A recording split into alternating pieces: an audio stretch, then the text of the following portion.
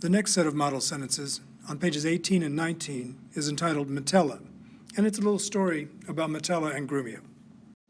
In the first pair of sentences, Grumio is working in the kitchen and Metella comes in. I want you to notice the change in the word culina. The same way the word Metella changed when the friend greeted Metellam, now the word culina is going to change when Metella enters the kitchen. The word culinam is in the accusative case because it's the object of the verb entrat. In this next pair of sentences, I want you to notice what happens to the word grumio.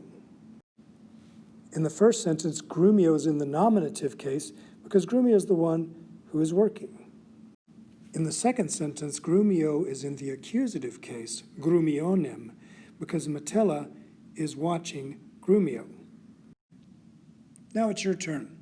I've posted these images from page 19 in your folder, and I want you to translate these sentences into English. There are 3 verbs here that you do not know, so I'm going to tell you what they mean. In number 16, gustat means tastes. In number 18, laudat means praises. And in number 20, vocat means calls.